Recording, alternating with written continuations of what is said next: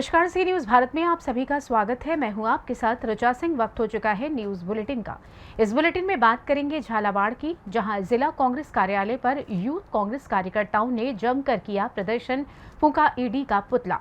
आगे बात होगी सहारनपुर की, जहां फर्जी खनन रॉयल्टी बनाने वाले गैंग का पुलिस ने किया खुलासा। साथ ही आगे चर्चा होगी सिंगरौली की, जहां कांग्रेस पार्टी ने पोलिंग बूथ पर कार्यकर्ताओं को रखने की तैयारी को लेकर की बैठक। और भी तमाम खबरों पर आइए करते हैं विस्तार से चर्चा।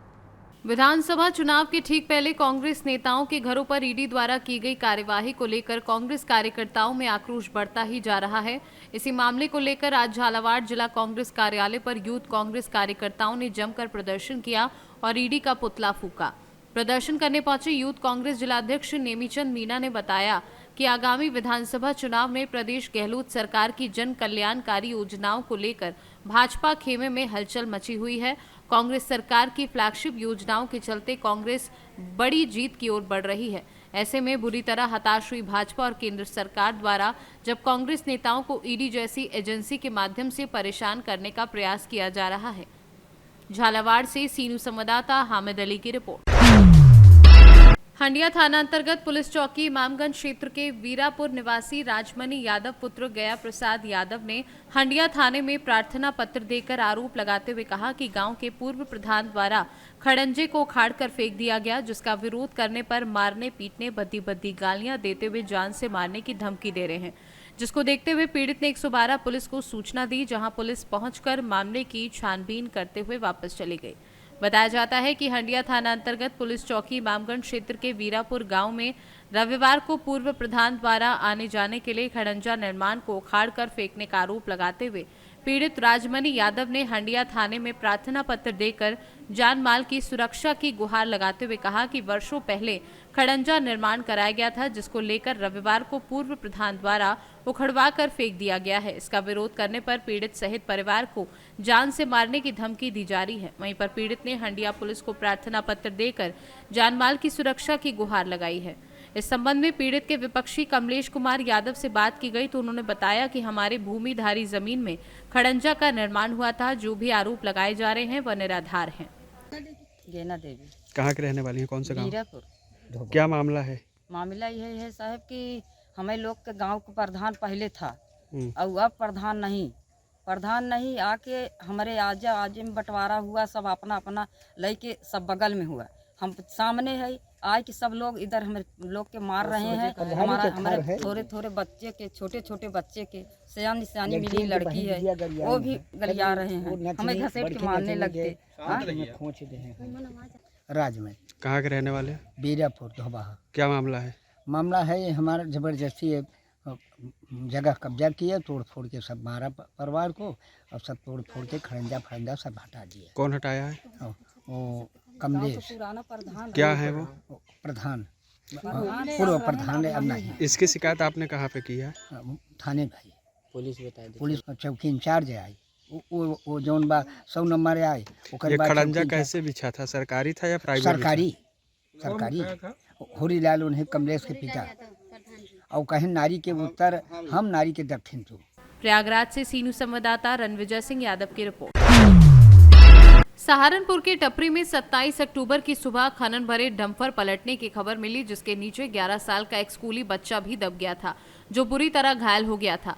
सूचना पर मौके पर पहुंचे पुलिस व प्रशासनिक अधिकारियों द्वारा मामला दर्ज कर डंपर को सीज किया गया और छानबीन की गई तो पता चला कि उक्त अवैध खनिज जो डंपर में भर कर लाया जा रहा था वह बिना रेवेन्यू के संगम स्टोन क्रेशर से लिया गया था। जब इस डंपर के मालिकों को पता लगा कि डंपर सीज हो गया तो इन्होंने वासुदेव स्टोन क्रेशर से एक उसी डंपर के नंबर पर डुप्लीकेट रेवेन्यू बनवाया, जिस पर 8:45 का टाइम था। इस डंपर का ड्राइवर अनस व मालिक उस्मान है, जिन्होंने डंपर छुड़वाने के लिए फर्जी रॉयल्टी तैयार कराई। अब स्टोन क्रशरों के मालिकों से भी पूछताछ की जाएगी व ये पता लगाया जाएगा कि ये फर्जी रॉयल्टी का गेम कब से चल रहा है। जी हाँ, परसों सुबह 27 तारीख को सुबह 7:30 बजे सूचना मिलती है कि टपरी फाटक के पास टपरी गांव में एक डंपर पलट गया है और उसमें एक स्कूल जाने वाला बच्चा था, वो गंभीर रूप से घायल हो गया है। और तुरंत उसमें पुलिस मौके पे पहुंचती है, प्रशासनिक अधिकारी भी वहाँ पे मौके पे पहुंचते हैं। उस डंपर को वहाँ पे सीज करा लिया जाता है उस डंपर को और उस बच्चे को अस्पताल में भेज दिया जाता है उसके ट्रीटमेंट के लिए।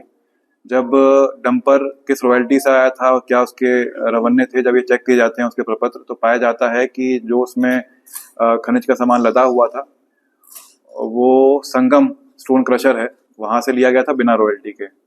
और ये इसको टपरी गांव में उतरना था सामान को और उससे पहले ही ये डंपर पलट गया वहां पे। और इसके बाद इन्होंने, इसके मालिकों ने मिलके क्या किया, जब इनको खबर मिली कि इनका जो डंपर है वो सीज हो गया है, इनके मालिकों ने मिलके एक दूसरे स्टोन क्रशर पे जाके, वासुदेव स्टोन क्रशर पे जाके एक दूसरी रॉयल्टी तैयार कराई और जो उसके बाद के टाइम की थी। ये घटना करीब 7:30 बजे हुई है और 8:45 की स्टोन क्रशर जो है उसके द्वारा, ये वासुदेव स्टोन क्रशर द्वारा एक दूसरी रॉयल्टी तैयार की जाती है। 8:45 उसमें टाइम है, जिसमें सेम ट्रक नंबर पर दिखाया जाता है कि ये इसमें सामान लदा है और ये पिलखनी के लिए इसका सामान लदा हुआ है। ये पूरी तरह घटना हुई है। तो इसमें जो मेन अभियुक्त हैं, इसमें जो ड्राइवर उस टाइम पे था, जो डंपर चला रहा था, अनस है, और जो इसका मालिक है, डंपर का मालिक परवेज ने उमर को ये गाड़ी दे रखी थी जिसमें से ये सामान की लोडिंग अनलोडिंग होती थी। जो इसमें उमर है उसका भाई है समीर, जो एक्सीडेंट में घायल भी हुआ था और वो मौके से फरार है। और इसमें 2 व्यक्ति हैं, अजहर और अफजल, इनके द्वारा भी ये दलाली का काम करते हैं। पुराने मुकदमे भी हैं चिलकाना थाने में और इन्होंने ही मिलकर ये फर्जी रॉयल्टी तैयार करवाई थी। इसमें जो स्टोन क्रशर हैं उनके मालिकों से भी अभी पूछताछ की जाएगी और किस तरह फर्जी रॉयल्टी तैयार की गई है बिना सामान के और बिना ट्रक के, वहाँ पे किस तरह ये रॉयल्टी तैयार की है, इसकी भी जांच चल रही है। और इसमें जो भी तथ्य प्रकाश में आएंगे उसके अनुसार कार्रवाई की जाएगी। सर, जो कारोबारी हैं, जो स्टोन क्रशर, उनके द्वारा इस तरह से लगातार फर्जी रॉयल्टी जारी करके एक रॉयल्टी पे कहीं ट्रक निकाले जाते हैं, तो उस पर कोई जांच? जी हाँ, जब भी ऐसे हमारे सामने केस आते हैं, खनन अधिकारी को, प्रशासन को रिपोर्ट भेज दी जाती हैं। ये जो केस काफी गंभीर था, जिसमें एक 11 साल का बच्चा गंभीर रूप से घायल हुआ था, तो इसमें पुलिस ने पूरी कार्रवाई करी है, पूरी जांच पड़ताल चल रही है। और ये किस तरह इस केस में ये फर्जी रॉयल्टी तैयार की गई है उसमें जांच करके इसमें मुकदमा भी पंजीकृत किया गया है और इसमें आगे कार्रवाई भी करी जाएगी। पूछताछ जब इनसे विस्तृत पूछताछ की गई है तो इनके द्वारा ये तो नहीं बताया गया कब से ये कर रहे हैं, लेकिन ये इस केस में इन्होंने एडमिट किया है कि इन्होंने इस तरह से गलत तरीके से फर्जी रॉयल्टी बनवाई थी और उसका उद्देश्य ये था कि ये अपना जो डंपर है उसको रिलीज करवा पाए। जी हाँ, बिल्कुल, जैसे मैंने आपको बताया, इस केस में एक एक जो फैक्ट्स हैं उसको, किसी के फैक्ट्स को हल्के से नहीं लिया जाएगा और जो भी इसमें चाहे बड़े से बड़े लोग इन्वॉल्व हों, चाहे कितने बड़े स्टोन क्रशर इन्वॉल्व हों, और जिनकी तरह से ये फर्जी रॉयल्टी का पूरा धंधा चलाया जा रहा था, उन पर पूरी से पूरी सख्त कार्रवाई की जाएगी। सरकार में पहले भी कोई आपराधिक इतिहास जैसे मैंने बताया, इसमें 2 अभियुक्त हैं जिन पे पहले चिलकाना थाना क्षेत्र पे इसी खनन से संबंधित मुकदमे लिखे गए हैं। सहारनपुर से सीनू संवाददाता सुरेंद्र सिंह की रिपोर्ट। आगामी विधानसभा चुनाव को देखते हुए सभी राजनेता ने दौड़ लगा दी है। आपको बता दें कि विधानसभा 81 से विधायक प्रत्याशी वंशमणि वर्मा ने भी आज अपने कार्यकर्ताओं के साथ कार्यालय में बैठकर पोलिंग बूथ को लेकर चर्चा की, जहां पर वंशमणि प्रसाद वर्मा ने कार्यकर्ताओं को एक्टिव करते हुए लोगों को जागरूक करने का कार्यकर्ताओं से बात कही। वहीं पर जब पत्रकारों के द्वारा मुद्दों को लेकर बात कही गई तो वंशमणि प्रसाद वर्मा ने भाजपा के वादों में सवाल खड़े किए और कहा कि ऐसा कोई मुद्दा ही भाजपा सरकार नहीं छोड़ी कि जिस मुद्दे को हम लेकर जनता के पास नहीं जा सकते। भाजपा ने सिर्फ खोखले वादे किए हैं, ना कि उन वादों को पूरा किया है। इसलिए हम जनता से वादा नहीं करते बल्कि कार्यों को करके दिखाएंगे। जो प्रत्याशी के रूप में चुने गए हैं देवसर विधानसभा से, तो जनता के बीच किन मुद्दों को लेकर के जो है तो आप जाएंगे? इस समय कांग्रेस पार्टी के पास मुद्दों की कमी नहीं है। ये सारा मुद्दा हमको भारतीय जनता पार्टी ने दिया है, शिवराज सिंह चौहान ने दिया है। भ्रष्टाचार, बेरोजगारी, युवाओं को रोजगार नहीं मिल रहा है, महंगाई चरम सीमा पर है, महिलाओं का शोषण हो रहा है, उनके साथ अन्याय अत्याचार हो रहा है, अनुसूचित जनजाति के भाई हमारे सुरक्षित नहीं है, किसान हमारे सुरक्षित नहीं है। किसान आंदोलन में कितने लोग मारे गए लेकिन उनकी भी मांग नहीं स्वीकार की गई। और हमारे क्षेत्र की समस्या, डीएमएफ का पैसा सब बाहर जा रहा है। अगर वो डीएमएफ का पैसा सिंगरौली में खर्च होता तो आज हमारी सिंगरौली सोने जैसे चमकती, लेकिन वो पैसा सब बाहर जा रहा है। अब कांग्रेस की सरकार जब बने फिर उसको आप लोग टच किया, सरकार बनेगी तो हम लोग पूरी कोशिश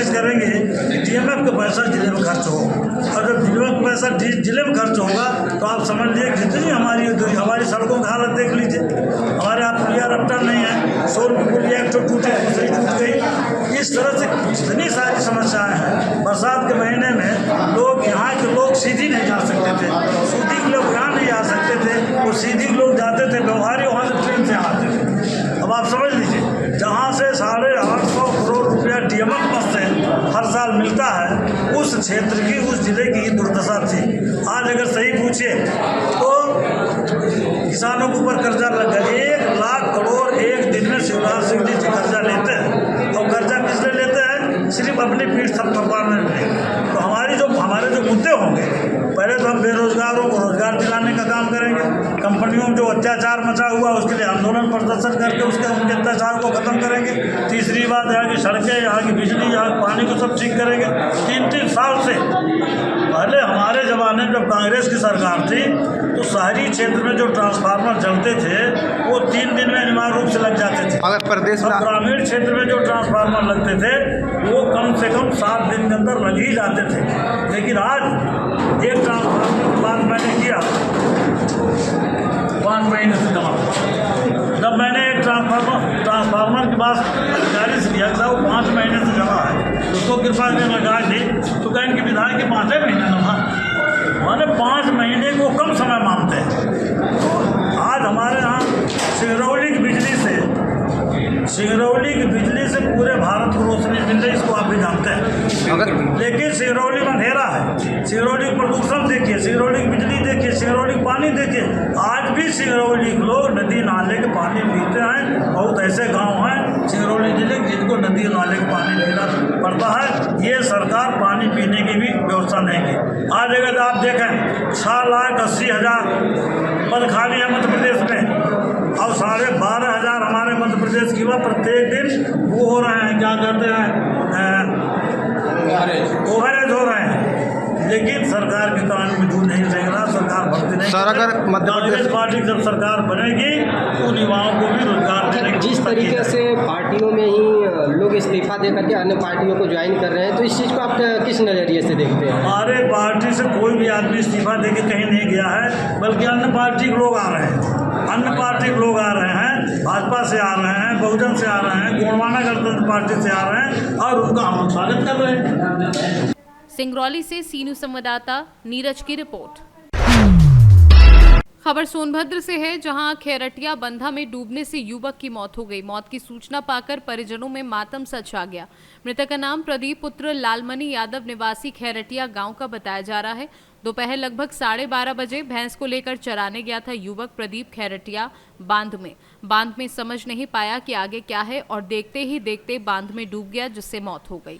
घटना की जानकारी मिलने पर ओबरा प्रशासन मौके पर पहुंची। शव को कब्जे में लेकर पंचनामा कर पोस्टमार्टम के लिए जिला अस्पताल भिजवाया। मामला ओबरा थाना क्षेत्र के खैरटिया बांध का है। सोनभद्र से सीनू संवाददाता कुमधर चौधरी की रिपोर्ट। बुलंदशहर में स्याना अड्डा चौराहे पर पुलिसकर्मियों ने चलाया वाहन चेकिंग अभियान। आगामी त्योहारों के मद्देनजर पुलिस ने कसी कमर लगातार चल रहे चेकिंग अभियान। बुलंदशहर नगर के स्याना अड्डा चौराहे पर मंडी चौकी प्रभारी के नेतृत्व में चलाया गया विशेष चेकिंग अभियान के दौरान बिना हेलमेट चल रहे 2 पहिया वाहन चालकों से हेलमेट लगाने की अपील, साथ ही अभियान के दौरान किए दर्जनों चालान। बुलंदशहर से सीनू संवाददाता मनोज गिरी की रिपोर्ट। जौनपुर जिला अंतर्गत गांधीनगर कलेक्टरगंज में श्री राम समिति द्वारा भव्य पुरस्कार वितरण समारोह का आयोजन किया गया, जिसमें बतौर मुख्य अतिथि नगरपालिका अध्यक्ष रचना सिंह, विशिष्ट अतिथि नगरपालिका अध्यक्ष प्रतिनिधि वीरेंद्र सिंह बंटी, भाजपा उपाध्यक्ष प्रदीप जायसवाल, ब्रिगेडियर प्रेमजीत सिंह, महिला मोर्चा अध्यक्ष रीता जायसवाल सहित आदि अतिथियों ने राम दरबार की आरती कर समारोह का शुभारंभ किया। इस अवसर पर श्री राम लीला समिति के अध्यक्ष संदीप जायसवाल, महामंत्री सर्वेश चौरसिया, अर्पित जायसवाल, कोषाध्यक्ष कालीचरण जायसवाल, राजीव सिंह ने अतिथियों के साथ पुरस्कार वितरित किया, जिसमें समिति के पदाधिकारियों सहयोगियों को स्मृति चिन्ह देकर सम्मानित किया गया। जौनपुर से सीनू संवाददाता दिवाकर मिश्रा के साथ दीपक सिंह की रिपोर्ट। फिलहाल न्यूज बुलेटिन में बस इतना ही। देश दुनिया की तमाम खबरों की जानकारी के लिए आप देखते रहें सी न्यूज भारत। हर खबर आपके साथ, आपके हाथ।